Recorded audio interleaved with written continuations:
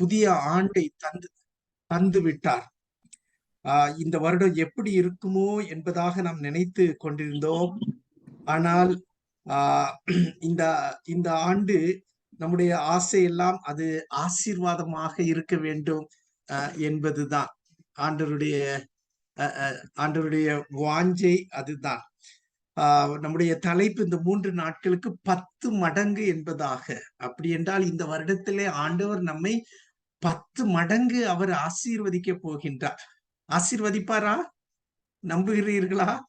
இல்ல, ஆதியாகமத்துல ஒரு வசனம் போட்டிருக்குது. ஆதியாகமம் 26:12, ஈசாக்கு அந்த தேசத்திலே விதை விதைத்தான், கர்த்தர் அவனை ஆசீர்வதித்ததினால் அந்த வருஷத்தில் 100 மடங்கு பலன் அடைந்தான் என்பதாக. ஒரு மூட நெல் விதைச்சிருக்கிறான், அவனுக்கு 100 மூடை கிடைச்சிருக்குது. என்னுடைய வாழ்க்கையில ஆண்டவர் என்ன சில நேரங்களில 100 மடங்கு ஆசீர்வதித்ததை நான் அனுபவிச்சிருக்கிறேன்.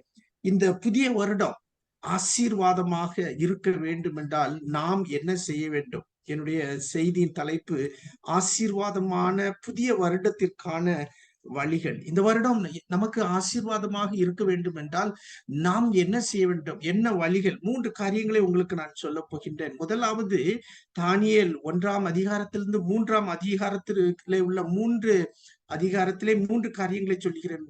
அதாவது, தேவனுக்காக தீர்மானங்கள் எடுக்க வேண்டும். தானியேலும் அவனுடைய நண்பர்களும் என்பதாக தேவனுக்காக தீர்மானங்கள் எடுக்க வேண்டும். ஒவ்வொரு நாளும் நாம் பல தீர்மானங்களை எடுப்போம் இல்ல. இன்னைக்கு வேலைக்கு போகவா வேண்டாமா இல்லையா? இன்னைக்கு இந்த மீட்டிங் அட்டன் பண்ணணுமா இல்லையா? தீர்மானம் பண்ணியிருப்பீங்க இல்லையா? அதுல நிறைய பேர் வந்திருக்கிறீங்க. சிலர் ஒருவேளை அதுக்கு வராம போயிட்டாங்க இல்ல. ஒவ்வொரு தீர்மானங்கள் நம்ம எடுக்கணும். ஆனா தேவனுக்காக நம்ம தீர்மானம் எடுக்குவது, ஒவ்வொரு தீர்மானங்களை நம்ம எடுக்க எடுக்க ஆண்டவர் நம்மை உயர்த்தி கொண்டே இருப்பார். அவருக்கு நேராக நம்மை நெருங்க அவர் கொண்டு போவார். இந்த கதைகள் எல்லாம் நமக்கு நன்றாக தெரியும். முதலாவது, இந்த 4 பேர் எடுத்த தீர்மானம் என்ற 1ஆம் அதிகாரம் 5லிருந்து 21ஆம் வசனத்தை வாசித்தால் அங்கே அவன் சொல்கின்றான், என் சரீரத்தை தீட்டுப்படுத்துகிற எதையும் நான் செய்ய மாட்டேன். என் சரீரத்தை தீட்டுப்படுத்துகிற எதையும் நான் செய்ய மாட்டேன். உங்களுக்கு இந்த கதை நன்றாக தெரியும், சின்ன வயசுல இருந்து படிச்சிருப்பீர்கள். அவர்கள் பாபிலோனிலே போய் சேருகிறார்கள். ராஜா தன்னுடைய அரசாங்கத்திலே வேலை செய்வதற்காக ஒருவேளை 100 பேரை தேர்ந்தெடுக்கிறான் என்பதாக வைத்துக் கொள்ளுங்கள். இதுல இவர்கள் 4 பேர்கள். ராஜாவுடைய ஆசை என்ன? என்னை போல இவர்கள் மாற வேண்டும். எனவே அவனுடைய பெயர்களை மாற்றுகின்றான். பின்பு அவனுடைய கல்வி முறைமைகளை அவன் மாற்றுகின்றான். கடைசியாக என்ன செய்கின்றான்? அவனுடைய உணவு வகைகளை அவன் மாற்றுகின்றான். ஒரு நாளிலே காலையிலே அவர்கள் ஒருவேளை சாப்பிட்டு கொண்டு இருக்கும் பொழுது அவர்களுக்கு செய்தி வருகின்றது, நாளை முதல் நமக்கு ராஜ போஜனம் வருகிறது என்பதாக. அங்கே ஒரு மீதமுள்ள 96 பேர் ஒருவேளை விசில் அடித்து அவர்கள் சந்தோஷப்படுகிறார்கள். ஆனால் பாருங்கள், இந்த 4 பேருடைய முகத்தை பாருங்கள் இல்ல. இவர்கள் தான் தானியேல் அவனுடைய 3 நண்பர்கள் என்று வைத்துக் கொள்வோம். பாருங்க, அவங்களுடைய முகத்தை பாருங்க, ரொம்ப கவலையாக இருக்கிறது. அவங்களுக்கு தெரியும் இந்த ராஜ போஜனம் நமக்கு தகாது, இது எங்களுடைய சரீரத்தை இது தீட்டுப்படுத்தும். ஏன்? இந்த ராஜ போஜனம் முதலாவது அது விக்கிரங்களுக்கு முன்பாக படைக்கப்பட்டு அது வரும் என்பதாக. இரண்டாவது, இந்த போஜனத்திலே சில மாமிசங்களை இவர்கள் சாப்பிடக்கூடாது யூதர்கள், அந்த மாமிசங்கள் அதிலே ஒன்று. மூன்றாவதாக, இந்த ராஜ போஜனத்திலே அங்கே மதுபானங்கள் இருக்கும். எனவே இவர்கள் சொல்லுகிறார்கள், இது எங்களுடைய சரீரத்தை தீட்டுப்படுத்தும், நாங்கள் இதை செய்ய மாட்டோம், நாங்கள் சாப்பிட மாட்டோம். என்ன செய்வது? அதிகாரி இடத்துல போய் கேட்கிறார்கள், ஐயா, எங்களுக்கு நீங்க சாதாரண உணவு, நீங்க காய்கறி உணவு நீங்க கொடுங்க என்பதாக. அவன் சொல்கிறான், எப்பா, என்னால அது முடியாது, நான் பயப்படுறேன், என்னுடைய அதிகாரிக்கு நான் பயப்படுகிறேன், அவன் என்னை கொலை செய்திருவான்ப்பா அப்படின்ட்டு. ஆனா இவங்க ஒருவேளை சொல்லியிருப்பாங்க, நாங்க எங்க ஆண்டவருக்கு பயப்படுகிறோம், ஆண்டவருக்கு பயப்படுகிறோம், நாங்க இந்த ஆகாரத்தை நாங்க சாப்பிட்டா அது எங்களுடைய சரீரத்தை தீட்டுப்படுத்திரும், நாங்க தேவனுக்கு பிரியமாக வாழ முடியாது என்பதாக. கடைசியில என்ன நடந்தது உங்களுக்கு தெரியும். 10 நாட்கள் எங்களை சோதித்து பாருங்கள் என்பதாக அவர்கள் சொல்லுகிறார்கள். அந்த 10 நாட்களும் கழித்து அவர்களை சோதித்து பார்க்கும் பொழுது அவர்கள் மற்றவர்களை விட எப்படி இருந்தார்களாம்? மிக நல்ல பலசாலிகளாக இருந்தார். 3 வருட படிப்பு அவர்களுக்கு. ஒருவேளை ஒரு BA கோர்ஸ் மாதிரி படிக்கிறார்கள். படித்து முடித்தவர் அவர்கள் நன்றாக செய்தால் அரசாங்கத்திலே வேலை கிடைக்கும். கடைசியிலே பார்க்கிறோம், இந்த 3 ஆண்டுகள் கழித்து அவர்களை ராஜா சோதித்து பார்க்கும் பொழுது அங்கே சொல்லப்பட்டிருக்கிறது, இவர்கள் எவ்வளவு வித்தியாசமா இருக்காரு.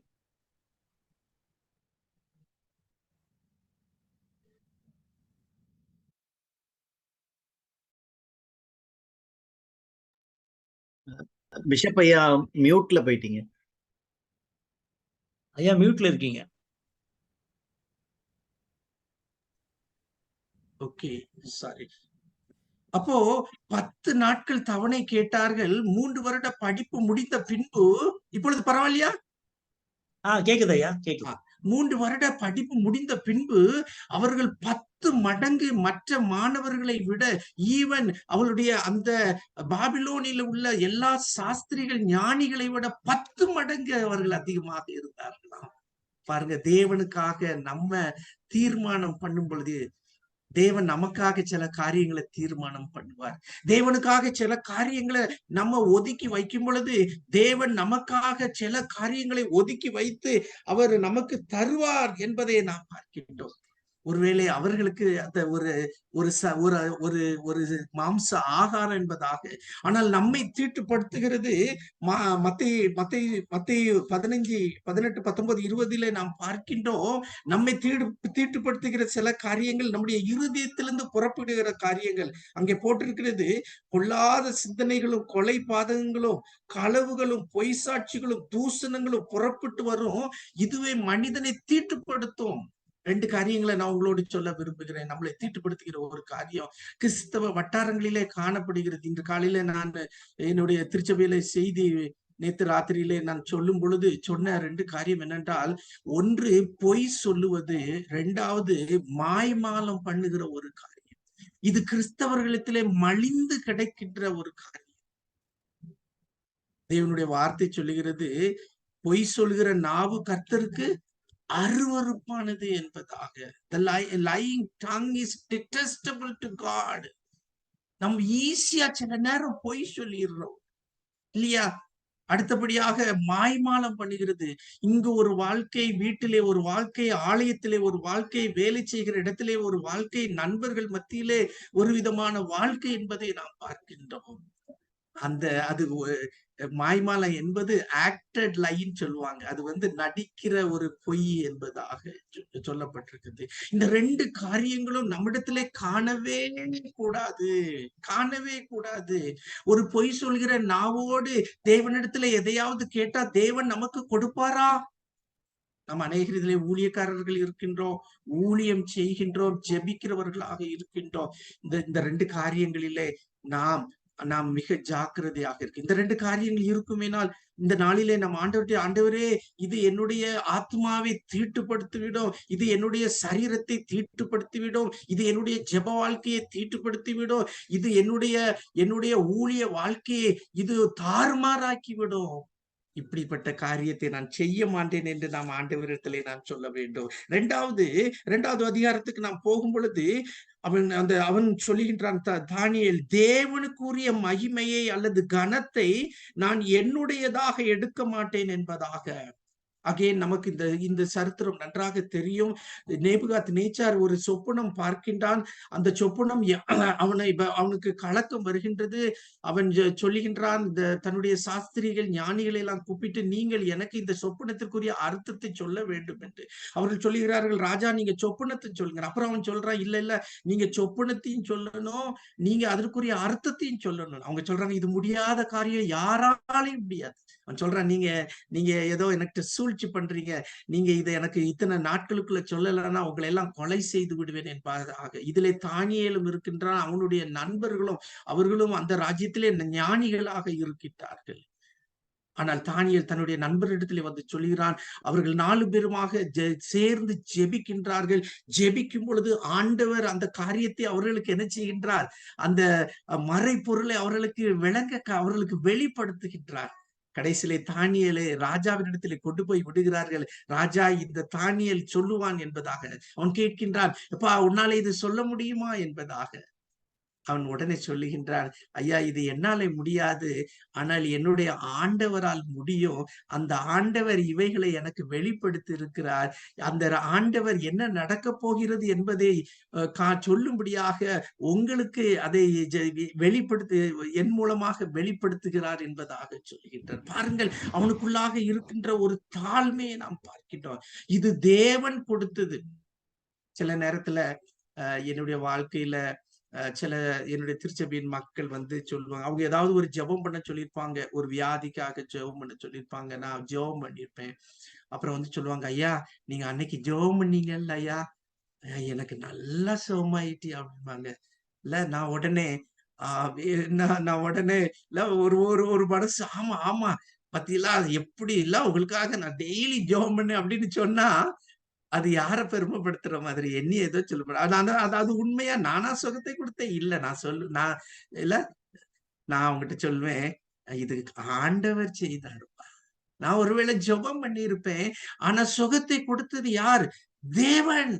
தேவன். ஆண்டவருக்குரிய மகிமையை நம்ம ஒரு நாள் எடுக்கக்கூடாது. எனக்கு ஒரு நம்பிக்கை உண்டு. என்ன நம்பிக்கை? ஆண்டவருக்கு கொடுக்கக்கூடிய அந்த கனத்தையும் மகிமையும் நான் எனக்கு எடுத்தேன்னா, நாளைக்கு ஒருவேளை இன்னொருத்தருக்காக ஜெபிக்கும் பொழுது ஆண்டவர் காரியங்களை செய்ய மாட்டார். எனக்கு மோகன் சி லாசரஸ் ரொம்ப, அந்த அண்ணனை ரொம்ப பிடிக்கும். அவர் சொல்லுவாரு, அவர் மூலமா ஆண்டவர் எவ்வளவோ அற்புதங்களை செய்கிறார். இல்ல நூற்றுக்கணக்கான செய்கிறார். ஆனா அவர் சொல்லுவாரு, இந்த மோகன் சி லாசரஸுக்கும் இந்த அற்புதத்துக்கும் சம்பந்தமே கிடையாது. நான் ஒரு பாடுள்ள மனுஷன், நீங்க ஜெபித்தீங்க, ஆண்டவர் இந்த காரியத்தை செய்தார் என்று. நம்ம ஒரு நாள் ஆண்டவருக்குரிய மகிமையோ கனத்தை ஏதாவது நம்ம ஊழியம் செய்திருப்போம். யாராவது நம்மளை பாராட்டும் போது நம்ம சொல்ல வேண்டிய காரியம், அப்பா இது கர்த்தர் செய்தார், இது அவர் செய்தார், கர்த்தர் காட்ஸ் கிரேஸ், அவ்வளவுதான். Glory to God, அவ்வளவுதான் நம்ம சொல்லணும். ஆண்டவருடைய மகிமையை ஒரு நாள் நம்ம எடுக்க கூடாது. 3ஆம் அதிகாரத்துக்கு நாம் வரும் பொழுது அங்கே பார்க்கின்றோம், 3வது ஒரு தீர்மானத்தை அவர்கள் செய்கின்றார்கள். தேவனுடைய இடத்தை எடுக்கிற எதையும் நான் செய்ய மாட்டேன் என்பதாக. அந்த பொற்சிலை ராஜா பார்த்ததை அப்படியே அவன் செய்கின்றான். எல்லாரையும் வணங்க சொல்கின்றான். தானியேலுடைய 3 நண்பர்கள் அங்கே அவர்கள் நாங்கள் வணங்க முடியாது என்பதாக சொல்கின்றார்கள். ராஜா கோபப்படுகிறான். நமக்கு இந்த கதை நன்றாக தெரியும். ஏய், இன்னொரு வாய்ப்பு உங்களுக்கு கொடுக்கிறேன், அப்பொழுது இந்த மியூசிக் போடும் பொழுது நீங்க வணங்க இல்லைன்னா உங்களை இந்த இதுல நான் சூட்டை 7 மடங்காக இது அதிகரித்து அதுல உங்களை போடுவேன் என்று சொல்லும்போது அவங்க சொல்ற காரியம், ராஜாவே இதற்கு உத்தரவு சொல்றதுக்கு தேவையே இல்லை. நாங்க ஆராதிக்கிற தேவன் என்ன செய்வாரு? எங்களை இந்த சூளைக்கு உங்களுடைய கைக்கு என்ன செய்வாரு? காப்பாற்றுவார் என்பதாக நாம் இல்லையா? அவங்களுக்கு தெரியும், ஆண்டவருடைய இடத்துல ஆண்டவரை தேவனுடைய இடத்தை எடுக்கிற எதையும் நாங்க என்ன செய்ய மாட்டோம், பண்ணவே மாட்டோம். நாங்க வணங்குற ஒரே ஒருத்தர் ஆண்டவர், அவரைத்தான். அந்த இடத்தை யாருக்குமே கொடுக்க முடியாது. ஒருவேளை இந்த நாளில நம்ம சில நேரம் சில காரியங்களை நமக்கு ரொம்ப ஒரு முக்கியமாக நம்ம வச்சிருப்போம். தேவனுக்கும் தேவனை விட அதிகமான நேரத்தை கொடுக்கிற ஒரு சோதனைகள் நமக்கு வரலாம். சிலருக்கு ஊழியமே ஒரு இதாக வரலாம் இல்லையா? சிலருக்கு பொருட்கள் வரலாம், சிலருக்கு சில நபர்கள் வரலாம். ஆனா இவங்களுடைய வாழ்க்கையில நாம் பார்க்கிறோம், என்னது? தேவனுக்குரிய இடத்தை எதுக்குமே கொடுக்க கூடாது. டிவி பாக்குறதுலயோ போனை பாக்குற இன்னைக்கு பிள்ளைகள்லாம் அதுல ரொம்ப ஊறி போயிட்டாங்க. சில நேரம் வேதம் வாசிக்கிறதுக்கு நேரம் இருக்காது, ஜெபிக்கிறதுக்கு நமக்கு நேரம் இல்லாம போயிடும். ஒரு கூட்டம் நடக்குன்னா அதை விட்டுட்டு நம்ம வேற எதுக்காக நம்ம போவோம் இல்லையா? ஆனா இந்த 3 பேர் என்ன செய்யறாங்க? தேவனுடைய இடத்தை எடுக்கிற எதையும் நாங்க என்ன செய்ய மாட்டோம். ஆண்டவருக்காக நம்ம நிற்கும் பொழுது ஆண்டவர் நம்மோடு கூட நிற்பார். அங்கே அவங்கள அக்னி சூளையில போடுறாங்க. ஆண்டவர் என்ன செய்யறாரு? அவர் கூட வந்து நிற்கிறார் என்பதாக நாம் பார்க்கிறோம். ஆண்டவருக்காக ஒவ்வொரு தீர்மானங்களை நம்ம பண்ண நம்ம ஆண்டவருக்கு இன்னும் நெருங்கி நம்ம வாழ ஆரம்பிப்போம். இன்னும் ஆண்டவருக்கு இன்னும் உகந்தவர்களாக நம்ம மாறுவோம். இன்னும் ஆண்டவர் நம்மளை பயன்படுத்துகிறதற்கு ஒரு நல்ல ஒரு ஷார்ப்பனான ஒரு கருவியாக நம்ம மாறுவோம் என்பதை நாம் பார்த்துக்கிட்டோம். ஒவ்வொரு தீர்மானமும் தேவனுக்காக எடுக்கும் பொழுது அது நம்மை வல்லமைப்படுத்தும், அது நம்மை பரிசுத்தப்படுத்தும், அது நம்மை உயர்த்தும், அது தேவன் நம்மை உபயோகப்படுத்துவதற்கு ஒரு பெரிய ஒரு உபகரணமாக மாறும் என்பதுல சந்தேகம் இல்லை. இன்னைக்கு நம்ம யோசிக்கணும், சில தீர்மானங்களை ஆண்டவருக்காக எடுக்கணும். என்ன தீர்மானம் நம்ம எடுப்போமோ எனக்கு தெரியாது இல்ல. இன்னைக்கு காலையில நானு அப்கோர்ஸ் கோயில்ல இல்ல 1ஆம் தேதி நம்ம தீர்மானம் எடுப்போம். நான் ஒரு 2-3 தீர்மானங்கள் எடுத்து, ஒரு தீர்மானம் என்ன எடுத்து, ஆண்டவரே நான் காலையிலே 4 மணிக்கு எழுப்பி ஜெபம் பண்ணுவேன் மத்தவங்களுக்காக. அது இடையில எனக்கு கொஞ்சம் வியாதி வந்ததுனால என்னால கடைபிடிக்க முடியாம போயிருச்சு. ஆண்டவரே நான் இந்த 1ஆம் தேதியில இருந்து திரும்ப நான் ஆரம்பிக்கணும். எனக்கு நீங்க உதவி செய்யுங்க அப்பா, எனக்கு நீங்க உதவி செய்யுங்க. இன்னொரு தீர்மானம் எடுத்தேன். என்ன தீர்மானம் எடுத்தேன்? ஆண்டவரே இந்த வருடத்துல ஒரு தடவை நான் என்ன செய்திடணும், திரும்ப பைபிளை நான் வாசித்து முடிச்சிடணும். காலையிலேயே ஒரு சபை மனுஷர் ஒருத்தர் அவரு அதை நல்லா இது பண்ணி அதை வாசிக்கிறதுக்குரிய அந்த இதை எடுத்து கொடுத்தாரு. 1 வருஷத்துல வாசிக்கிறதுக்குரிய அந்த பிளானை எல்லாருக்கும் கொடுத்தாங்க. நானும் ஒண்ணு வாங்கி, ஆண்டவரே நான் வாசிக்கணும். இன்னொரு தீர்மானம் எடுத்தேன். என்ன தீர்மானம்? ஆண்டவரே நான் என் சபையில ஒவ்வொரு வீடுகளுக்காக போய் யாரெல்லாம் ரட்சிக்கப்பட்டிருக்கிறா, யாரெல்லாம் ரட்சிக்கப்படல, நான் அதை கண்டுபிடிச்சு ரட்சிக்கப்படாதவர்களை ரட்சிப்புக்குள்ள நான் வழி நடத்தும். அதை இந்த வருஷத்துல இருந்து நான் ஆரம்பிக்கணும். ரொம்ப நாளா யோசிச்சுட்டு இருக்கிறேன். ஆரம்பிக்கணும். தீர்மானம். தேவனுக்காக நம்ம தீர்மானம் பண்ணும் பொழுது ஆண்டவர் நம்மை ஆசீர்வதிப்பார். 2வது, இந்த புது வருடம் நமக்கு ஆசீர்வாதமாக இருக்கணும் அப்படின்னா வேத வசனத்துக்கு நம்ம முக்கியத்துவம் கொடுக்க வேண்டும்.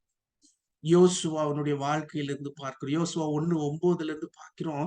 வேத வசனத்திற்கு முக்கியத்துவம் கொடுக்கணும். யோசுவா ஆண்டவர் மோசே இறந்து போயிட்டான். இப்ப யோசுவாவுக்கு அந்த பொறுப்பை கொடுக்கிறாரு. அந்த இந்த பக்கத்துல இருக்கிறாங்க. இன்னும் அவங்க ஒரு 2 ராஜாக்களை இது பண்ணி இந்த கிழக்கு சைடுல கொஞ்சம் ஜெயித்திருக்காங்க. ஆனா மெயின் அந்த மேற்கு சைடுக்கு அவங்க போகணும். யோசுவா அவங்களை கொண்டு போய் அந்த ராஜாக்களை எல்லாம் அவங்கள முறியடித்து அவங்களுக்கு இந்த இடத்தை பங்கு போட்டு கொடுக்கணும். பயந்துகிட்டு இருக்கும் பொழுது ஆண்டவர் அவனை பார்த்து சொல்லுகிறார் 5ஆம் வசனத்துல, ஏய் நீ உயிரோடு இருக்கும் நாட்கள் எல்லாம் ஒருத்தனும் உனக்கு எதிர்த்து நிற்பதில்லை. ஏய் நான் மோசையோடு இருந்தது போல நான் உன்னோடு கூட இருப்பேன். யோசுவா நீ பலன் கொண்டு திடமனதா இருக்கணும். நீ புத்திமான நடந்து கொள்ளணும். உன் வழியை நான் வாய்க்க பண்ணுவேன். ஆனா இதற்கு ஒரே ஒரு காரியம் என்னன்னா, நீ கர்த்தருடைய மோசே உனக்கு கொடுத்த நியாய பிரமாணத்தை நீ என்ன செய்யணும்? அப்படியே செய்யணும். அதற்கு நீ முக்கியத்துவம் கொடுக்கணும். மோசே, யோசுவா, ஒருவேளை நம்ம இந்த 5 ஆகமங்கம் அப்படின்னு நம்ம சொல்லலாம்.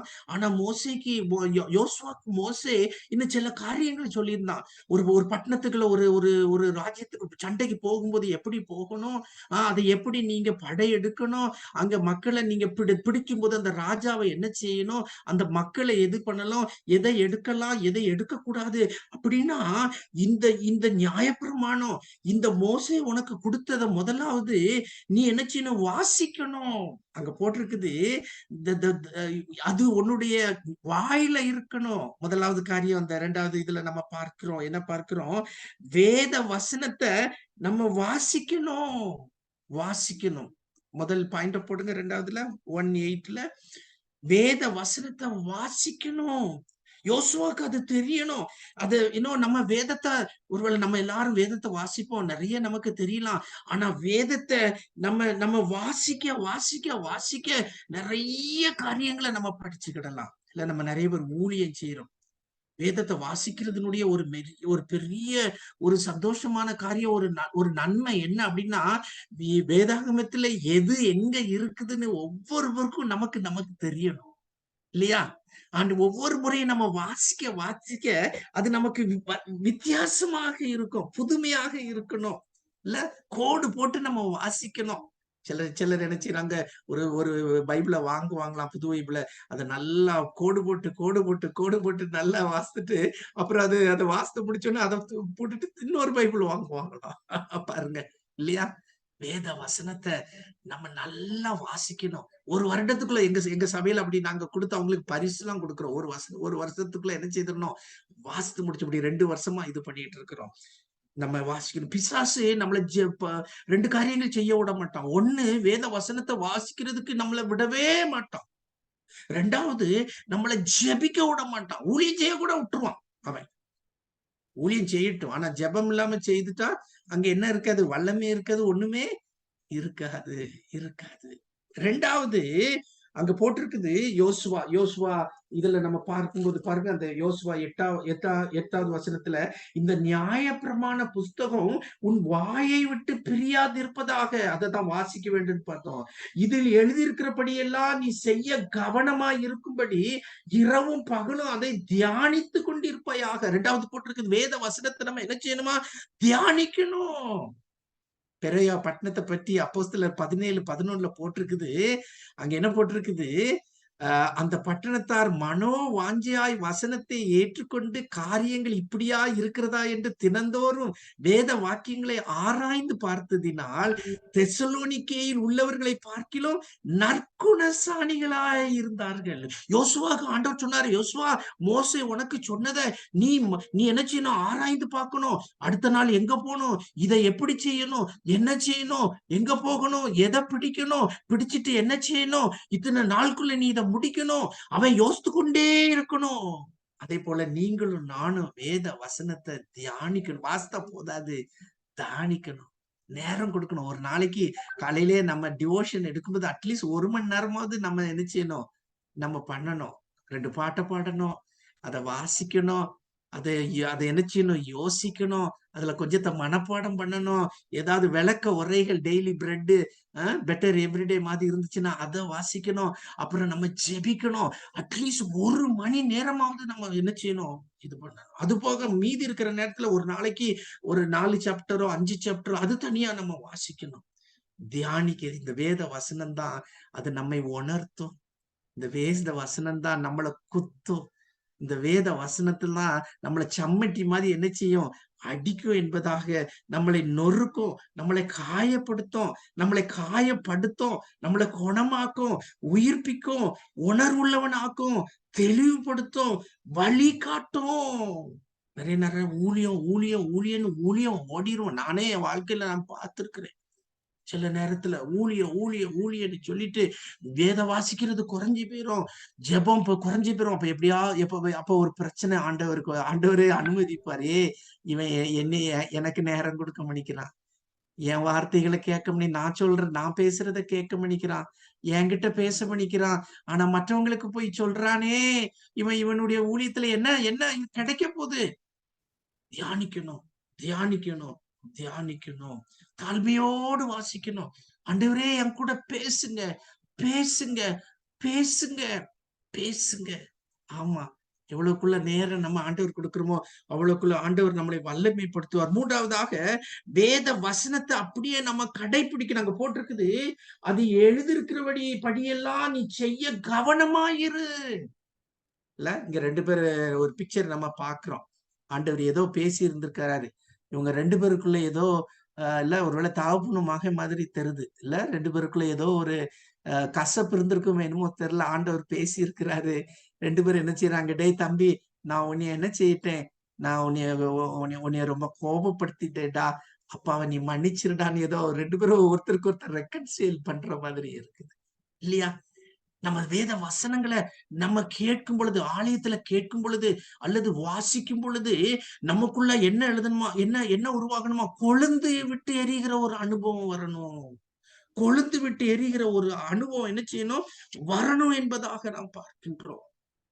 இன்னும் அது மாத்திரம் அல்ல, இல்ல வேதத்துக்கு நம்ம கீழ்ப்படியணும். ஏசாயா 66:2 நீங்க பாத்தீங்கன்னா ஆண்டவர் சொல்றாரு, என்னுடைய வசனத்துக்கு நடுங்கிறவனையே நான் நோக்கி பார்ப்பேன். அப்படின்னா என்ன அர்த்தம், யார் வசனத்தை கேட்டு அது அப்படியே கீழ்ப்படியணும். ஒருவேளை அன்னைக்கு நான் சொன்னது போல ஆண்டவர் அன்னைக்கு ஒரு காரியத்தை உங்களுக்கு உணர்த்துறாரு, ஒரு காரியத்தை உங்களை விட சொல்றாரு. வீட்டுக்கு போனோன்னே அதற்குரிய ஸ்டெப்பை எடுத்து அந்த காரியத்தை என்ன செய்திடணும், விட்டுறணும். அந்த வாரத்திலேயே விட்டுறணும் அல்லது அந்த மாசத்திலேயே விட்டுறணும். அதை செய்யும் பொழுது ஆண்டவர் சொல்றாரு, அவங்க என்னை நோக்கி கூப்பிடும் போது நான் கேட்பேன்னு சொல்றேன். அதான் அந்த வசனத்துக்கு அர்த்தம். என்னுடைய வசனத்துக்கு நடுங்கிறவர்களை நோக்கி பார்ப்பேன். 34ஆம் சங்கீதத்துல நம்ம பார்க்கிறோம் 15 அல்லது 16. கர்த்தருடைய கண்கள் நீதிமான்கள் மேல் நோக்கமா இருக்கிறது, அவருடைய காதுகள் அவருடைய கூப்பிடுதலுக்கு செவி கொடுக்கிறது, அட்டன்டிவா இருக்குது என்பதாக. வேத வசனத்துக்கு நம்ம ஒவ்வொரு சின்ன சின்ன காரியத்துக்குல நான் நிறைய நேரம் நான் பிரசங்கம் ப்ரிப்பேர் பண்ணும் பொழுது நான் ஆண்டவர்கிட்ட சொல்வேன், ஆண்டவரே நான் இந்த பிரசங்கம் ப்ரிப்பேர் பண்றேன், இந்த பிரசங்கத்துல இந்த ஒரு பர்டிகுலர் பாயிண்ட் நான் என் வாழ்க்கையில கடைபிடிக்கலையே, நான் எப்படி பேசுறது ஐயா, பேசுறது ஐயா. ஆண்டவர் சொல்லுவாரு, நீ நீ அங்க பேசுறதுக்கு முன்னால நீ அதை பிராக்டிஸ் பண்ணு, அல்லது உனக்கு அது அதுக்குள்ள முடியலன்னா நீ பண்ணிட்டு வந்தாவது என்ன செய்ய, அதை பிராக்டிஸ் பண்ண ஆரம்பி. நிறைய பேர் ஊழியம் செய்யறோம், நம்முடைய வாழ்க்கையில இருந்து பேசணும், நம்முடைய அனுபவத்துல இருந்து நம்ம பேசணும், நம்ம நம்ம நம்ம நம்ம அனுபவிச்சதான் என்ன செய்யணும், நம்ம கடைபிடிக்கிறத நம்ம மத்தவங்களுக்கு சொல்லணும், மத்தவங்களுக்கு சொல்றத நம்ம என்ன செய்யணும், கடைபிடிக்கணும். இல்ல இது கருணாநிதி சொன்னாரா, யார் சொல்லல, சொன்னதை செய்வோம் செய்ததை என்ன செய்வோம் சொல்லுவோம் அப்படின்னு சொல்லுவாங்க இல்லையா? ஆமா, அப்படித்தானா? அதே மாதிரி நம்முடைய வாழ்க்கையில நம்ம என்ன செய்யணும், கடைபிடிக்கணும். சங்கீதம் 1:2-3 பார்க்கிறோம், இரவும் பகலும் தியானிக்கிற மனுஷன் எப்படி இருப்பானா, பச்சை பசேல்னு இருப்பானா. அப்படின்னா தியானம் பண்றது மாத்திரமில்ல, கடைபிடிக்கிறவங்க அவங்க they will be ever green, they will be ever fruitful, they will be ever prosperous. என்ன துன்பம் வந்தாலும் அந்த எப்படி அந்த அந்த அந்த அந்த செடி அல்லது அந்த மரம் நீர்க்கால்களில் ஓரமா இருக்கிறதுனால எந்த ஆவிக்குரிய புயலோ ஆவிக்குரிய காற்று வந்தா கூட அது ஒண்ணும் செய்யாது. அவங்க தன் காலத்துல கனி கொடுக்கிற மரத்தை போல இருப்பாங்க, அவங்க செய்கிறதெல்லாம் வாய்க்கும். நம்ம ஆண்டவருக்கு கீழ்ப்படியும் பொழுது ஆண்டவர் அதை நமக்கு செய்வார் என்பதை பார்க்கிறோம். மூன்றாவது ஒரு காரியம், நம்ம இந்த புதிய வருடம் நமக்கு ஆசீர்வாதமா இருக்கணும்னா பிலிப்பியர் 3:1-14 தேவன் கொடுத்த ஊழியத்தை நம்ம நிறைவேற்றணும். பவுலுடைய வாழ்க்கையில பார்க்கிறோம், பவுலுடைய வாழ்க்கையில பார்க்கிறோம். நீங்க நிறைய பேர் உங்களுடைய ஊழிய காரியங்கள் எல்லாம் கேட்கும்போது எனக்கு ரொம்ப ரொம்ப சந்தோஷமா இருக்குது, ரொம்ப சந்தோஷமா இருக்குது, ரொம்ப சந்தோஷமா இருக்குது. என்னைய விடலாம் பயங்கரமான ஊழியங்கள் நீங்க செய்துட்டு, பயங்கரமான ஊழியங்கள் நீங்க செய்து கொண்டு இருக்கிறீங்க. கர்த்தருக்கு ஸ்தோத்திரம் செலுத்துகிற புதிய ஏற்பாட்டுல இயேசு கிறிஸ்துக்கு அதிகமாக பிரயாசப்பட்டவன் பவுல், இயேசு கிறிஸ்துக்கு அதிகமாக பாடுபட்டவன் இந்த பவுல் தான். தமஸ்கு ரோட்ல அவன் போகும் பொழுது அவன் என்ன செய்யறான், ஆண்டவர் அவன் சந்திக்கிறான், துன்பப்படுத்தணும் போகிற அவனை ஆண்டவர் என்ன செய்கிறார், சந்திக்கிறாரு.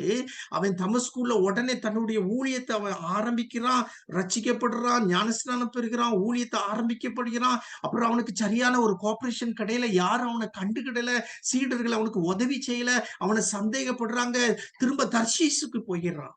ஆனா பர்னபா அவனை கூட்டிட்டு அவனை ஆதி திருச்சபையில என்ன செய்யறான், பயன்படுத்துகிறான். நிறைய மிஷினரி பிரயாணங்கள் போறாங்க, சபைகளை உருவாக்குறாங்க, நிறைய பேர் ரட்சிக்கப்படுறாங்க, அங்கங்க ஊழியக்காரங்களை இது பண்றாங்க. அவனுடைய வாஞ்சை என்ன தெரியுமா, இந்த அதிகாரத்துல அவன் சொல்றான், கர்த்தர் என்னை எதற்காக பிடிச்சாரோ அல்லது கர்த்தர் எனக்கு கொடுத்த ஊழியத்தை நான் என்ன செய்வேன், நான் நிறைவேற்றுவேன் சொல்லிட்டு சொல்றான். மூன்றாம் அதிகாரம் 4-8-11 சொல்றான், இந்த கர்த்தர் எனக்கு கொடுத்த ஊழியத்தை நான் நிறைவேற்றணும்னா பெருமையான காரியங்கள் எல்லாம் நான் குப்பையாக கருதணும். முதல் பாயிண்ட் போடுங்க, பெருமையான காரியங்களை நான் குப்பையாக கருத வேண்டும். அங்க வசனத்துல சொல்லி இருக்கிறான், நான் அவனுடைய பேக்ரவுண்ட் எல்லாம் சொல்றான், நான் ஒரு பரிசேயன், சபையை துன்பப்படுத்தினவன் அப்படின்னு நிறைய சொல்றான். 8ஆம் விருசபத்தின் அப்படின்னா நான் ஒரு பயங்கரமான ஒரு யூதே, ஒரு பரிசே அப்படின்னு தன்னுடைய காரியங்களை சொல்லிட்டு சொல்றான். ஆனா கிறிஸ்துவுக்காக நான் இதையெல்லாம் குப்பையாக நினைக்கிறேன், குப்பையாக நினைக்கிறேன், குப்பையாக நினைக்கிறேன். ஆமா, உங்களை நிறைய பேர் ஊழியத்தெல்லாம் விட்டுட்டு நீங்க போயிருக்கிறீங்க, நம்ம பிரசிடென்ட் ஐயா அன்னைக்கு சொன்னாங்க. 2 வார்த்தை தான் சொன்னார். பாத்தீங்க, ரொம்ப ஆச்சரியம், ரொம்ப சந்தோஷமா இருந்தது. 2 வார்த்தை தான் சொன்னாரு. ஆண்டவரே, நான் இதுல இந்த பேங்க்ல இருந்தேன், ஆண்டவர் சொன்னாரு நான் போயிட்டேன் அப்படின்னு சொன்னாங்க. இன்னொருத்தர் யாரோ ஒருத்தர் அன்னைக்கு சாட்சி முதல் நாள் சொல்லும் போது அவங்க கூட சொல்றத பார்த்து பாருங்க, நமக்கு ஊழியத்தை நம்ம நிறைவேற்றணும். ஊழியத்துல ஆண்டவர் நம்மளை வல்லமையாக பயன்படுத்தணும்னா நமக்கு இருக்கிற எல்லா கிரெடென்ஷியல், நமக்கு எதெல்லாம் பெருமையா தெரிந்தோ அதையெல்லாம் ஒண்ணு இல்லாம ஆக்கிரணும். பவுல் தன்னுடைய வாழ்க்கையில சொல்றான், பாவியில பிரதான பாவி நான் அப்படிங்கிறான். இல்ல, பாவிகள் இந்த உலகத்துல எல்லா பாவிகளை வரிசையா நிப்பாட்டினா நான் தான் முதல் பாவி அப்படிங்கிறான். முதல்ல நிக்கிறது நானுதான் இருக்கணும். அப்புறம் சொல்றான், உலகத்துல இருக்கிற பரிசுத்தவான்கள் எல்லாம் லைன்ல பண்ணா இருக்கிறதுலே சின்ன பரிசுத்தவான் நான் தான் அப்படிங்கிறான். அவன் சின்ன பரிசுத்தவானா இல்ல, பெரிய ஒரு பரிசுத்தான். பாருங்க, அவனுக்குள்ள ஒரு தாழ்வு. அப்புறம் சொல்றான், அப்போஸ்தலர்கள் எல்லாரிலும் நான் சிறியமே. ஆனா அப்போஸ்தலர்ல அவன் தான் நிறைய செய்தான். 14 புஸ்தகங்களை எழுதியிருக்கிறான். நிறைய அற்புதங்களை செய்தான், அடையாளங்களை செய்தான். அவன் சொல்றான், அப்போஸ்தலர் 12 பேர் இருக்கிறாங்க, என் பேர் 13ல தான் வரும் அப்படின்னு அவன் சொல்றான். என்ன ஒரு பெரிய தாழ்மை பார்த்தீங்களா? ஆமா, நான் என்னுடைய ஊழியத்தை இந்த சபையில ஆரம்பிக்கும் போது, நான் பாஸ்டரா இருக்கும்போது எனக்கு ஒரு வேலை கொடுத்துருங்க. பக்கத்துல உள்ள கெஸ்ட் ரூமை நான் கவனிச்சுக்கிடணும். நிறைய ஊழியக்காரங்க வருவாங்க, பாஸ்டர்ஸ் வருவாங்க, பிஷப் வருவாங்க. அப்போ அவங்களுக்கு அந்த ரூமை நான் ரெடி பண்ணிடுவேன். ஒரு கச வச்சு நான் பண்ணுவேன். பண்ணிட்டு அவங்களுக்கு ஏதாவது டீ அது இது வேணா எங்க வீட்டுல இருந்து போட்டு கொடுப்பேன், எல்லாம் பண்ணுவேன். எங்க ஒர்க்கர்ஸ் என்ன செய்வாங்கன்னா, இந்த கக்கூசை சரியா கழுவ மாட்டாங்க. அது என்னமோ தெரியல, அந்த கமோடெல்லாம் கழுவ மாட்டாங்க. என் வேலை என்ன தெரியுமா? நான் அதை தான் போய் கழுவி விட்டுருவேன். எனக்கு என்னன்னா, அந்த வர்ற ஊழியக்காரங்க நல்லா இருக்கணும், சந்தோஷமா இருக்கணும். சரிதானா? அந்த ரூமுல ரொம்ப நீட்டா வைப்பேன். சில நேரம் என் மனைவி, என் பிள்ளைகளு, அப்பா போய் பாரு கக்கூஸ்குள்ள போறாருன்னு பாத்துருவா, இப்ப சண்டைக்கு வருவாங்க. அதனால கதவை பூட்டிக்கிட்டு நான் என்ன செய்வேன், அந்த கக்கூஸ் நல்லா கழுவுவேன். எனக்கு என்னன்னா, வர்ற ஊழியக்காரங்க, தேவனுடைய மனிதர்கள் இந்த இடத்துல நல்லா செபிக்கணும். அவங்க ஊழியம் செய்ய வர்றாங்க, அவங்க கூட்டம் நடத்த வர்றாங்க, அவங்க நல்லா இது நமக்குள்ள ஆண்டவர், நமக்குள்ள நான் இது அதுன்னு சொல்றதுக்கு ஒண்ணுமே இல்ல. பெருமையான காரியங்களை நம்ம தூக்கி எறிஞ்ச ஆண்டவர் நம்மளை உபயோகப்படுத்துவார் என்பதாக பார்க்கிறோம். இரண்டாவதாக பவுல் சொல்கிறான், கிறிஸ்துவின் உயிர்த்தெழுந்த வல்லமையை அறியவும் பெற்றுக்கொள்ள வேண்டும். 10வது வசனத்துல பவுல் சொல்லுகிறான் பாருங்க, இப்படி நான் அவரையும் அவருடைய உயிர்த்தெழுதலின் வல்லமையும் அவருடைய பாடுகளின் ஐக்கியத்தையும் அறிகிறதற்கும் அவருடைய மரணத்துக்கு ஒப்பான மரணத்துக்குள்ளாகி எப்படியாயினும் நான் மரித்தோரிலிருந்து எழுந்திருப்பதற்கு தகுதியாயிருக்கவும் அவருக்காக எல்லாவற்றையும் நஷ்டம் பண்ணி விட்டு அவன் என்ன சொல்றான் அப்படின்னா, நான் இந்த ஊழியத்தை செய்யணும் அப்படின்னா அந்த உயிர்த்தெழுதலுடைய வல்லமையை நான் தெரியணும். அந்த உயிர்த்தெழுதலுடைய வல்லமையை நான் பெற்றுக்கொள்ளணும். அந்த உயிர்த்தெழுதின் வல்லமைக்காக நான் பாடுபடணும். உயிர்த்தெழுதின் வல்லமை எது அப்படின்னா, அந்த பெந்தைக்கோஸ்தையில அந்த இறங்கப்பட்ட பரிசுத்த ஆவியானவருடைய வல்லமை. இந்த வல்லமை தான் பெரிய அற்புதங்களை செய்துச்சு. உங்களுக்கு ஞாபகம் இருக்குதா? அப்போஸ்தலர் இதுல 4 அதிகாரத்துல பாக்குறோம். இந்த 3வது அதிகாரத்துல பேதுருவும் யோவானு போகும்போது ஒரு பிறவி சப்பானி அவன் நடக்க முடியாம இருந்தவன் அவனை குணமாக்குறாங்க. அவங்க 2 பேரையும் பிடிச்சு ஜெயில போட்டுறாங்க. அடுத்த நாள் சொல்றாங்க, பயமுறுத்தி போங்கங்கிறாங்க. அவன் அப்படி நின்றுட்டு இருக்கும்போது எல்லாரும் அவங்கள ஒரு மாதிரி பாக்குறாங்க. அவன் கேட்கிறான், என்ன நீங்க என்னமோ ஒரு மாதிரி என்னைய பாக்குறீங்களே, என்னமோ இவனுக்கு இந்த சுகத்தை கொடுத்தது நாங்க நினைக்கிறீங்களே. நான் இங்க இல்ல, நீங்க இந்த இயேசுவை சிலுவையில அடித்தீங்களே, அவர் தேவன் மரித்தோரிலிருந்து எழுந்தருளினார். அந்த வல்லமை தான் இதை செய்துச்சு. அப்ப நான் இன்னைக்கு ஊழியம் செய்கிற, செபிக்கிற, ஷாலோம்ல இருக்கிற நம்ம எல்லாரும் அந்த வல்லமையை பெற்றுக்கொள்ளணும். அப்போஸ்தலர்கள் நிறைய அற்புதங்கள் செய்தாங்க இல்லையா? அண்ணன் ராஜாசிங்கனுடைய ஒரு பெரிய நோக்கம் என்னன்னா, சேலம்ல ஒரு 120 பேர் தலைவர்கள் மாதிரி இருக்கிறாங்க. இவங்க எல்லாம் அந்த 120 பேர் அந்த மேல் வீட்டு அறையில அந்த பரிசுத்த ஆவியை பெற்றது போல இவங்களும் என்ன செய்யணும், அந்த ஒரு வல்லமையை செய்யணும். ஜெபித்தா போதாது, ஊழியத்திற்கு கொடுத்தா போதாது, ஊழியம் செய்யணும். இந்த வல்லமை என்னது? அற்புதம் செய்கிற வல்லமை.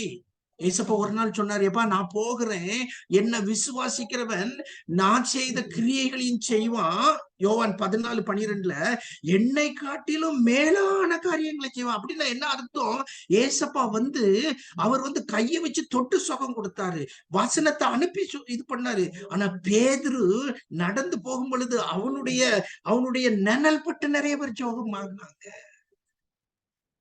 நம்ம யாக்கோபு 5:13 நினைக்கிறேன், அங்க போட்டிருக்குது, நீதிமான் செய்யும் ஊக்கமான வேண்டுதல் மிகவும் பலனுள்ளதாக இருக்கிறது. அப்படின்னா என்ன அர்த்தம்? நீங்க பண்ணுகிற அந்த ஜெபத்துல அற்புதங்கள் நடக்கணும், அதிசயங்கள் நடக்கணும்.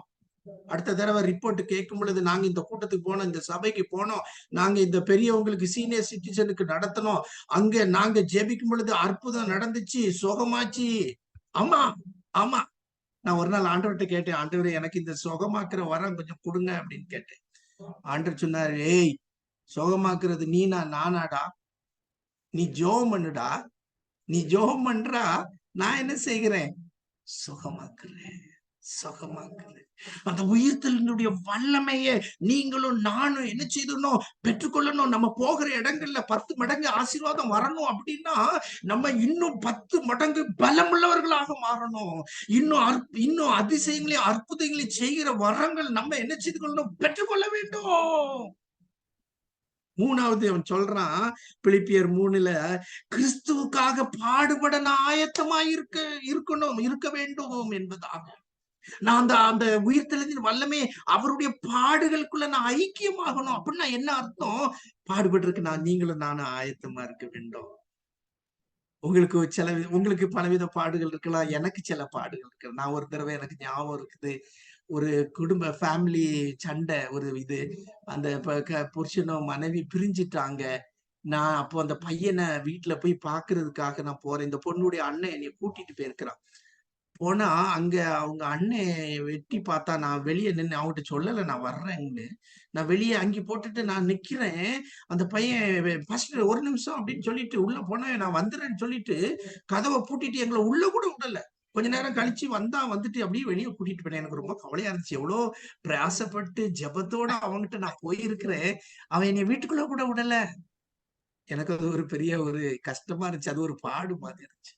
இன்னொரு தடவை எங்க இதுல ஒரு 2 பையங்க இருந்தாங்க, ஒரு 10 வருஷத்துக்கு முன்னால வாலிப பையங்க, திருமணமானவங்க. 2 பேருடைய மனைவி ஏதோ பேர்காலத்துக்காக 2 இடங்களுக்கு போயிருந்தாங்க. அப்போ திடீர்னு அவங்க வீட்டுல ஒரு ஒரு ஒரு பையன் இன்னொரு பையன் வீட்டுக்கு ஒரு பெண்ணை கூட்டிட்டு போனான்னு எனக்கு ஒருத்தர் சொல்லிட்டாங்க. நான் உடனே அடுத்த வாரத்துல அவனை அந்த தம்பிய கோயில்ல கண்டு சொன்னேன், எப்பா நான் இப்படி கேள்விப்பட்டேன், எப்பா நீ ஜாக்கிரதையா இருக்கணும்ப்பா, ஆண்டவர் கொடுத்த குடும்பம்ப்பா, நீ இதை பேணி காக்கணும்னு சொன்னேன். அவன் உடனே அவன் மனைவிட்ட சொல்லி, அவன் மனைவி போன்ல என்னையும் என் மனைவியும் அப்படி ஒரு ஏசியஸ் நாங்க பார்க்கணும். ரொம்ப கவலையா இருந்துச்சு. ஆனா ஆண்டவருக்காக எல்லாவற்றையும் சகிக்கிறது. பவுலுடைய வாழ்க்கையில் பார்க்கும்போது எவ்வளோ பாடுகளை பட்டான். இந்த புதிய ஆண்டு நமக்கு ஆசீர்வாதமாக இருக்க வேண்டுமானால் ஆண்டவருக்காக தீர்மானங்களை நம்ம என்ன செய்வோம்? நம்ம எடுப்போம். வேத வசனத்துக்கு முக்கியத்துவம் நம்ம கொடுப்போம். நாம் இந்த உயிர்த்தெழுதலுடைய வல்லமையை நம்ம அறிஞ்சு கொள்ளணும். நம்ம என்ன செய்யணும்? அந்த வல்லமையை நம்ம பெற்றுக்கொள்ளணும். ஆண்டவர் நம்மளே அவருடைய வரங்களினாலே நிரப்பணும்.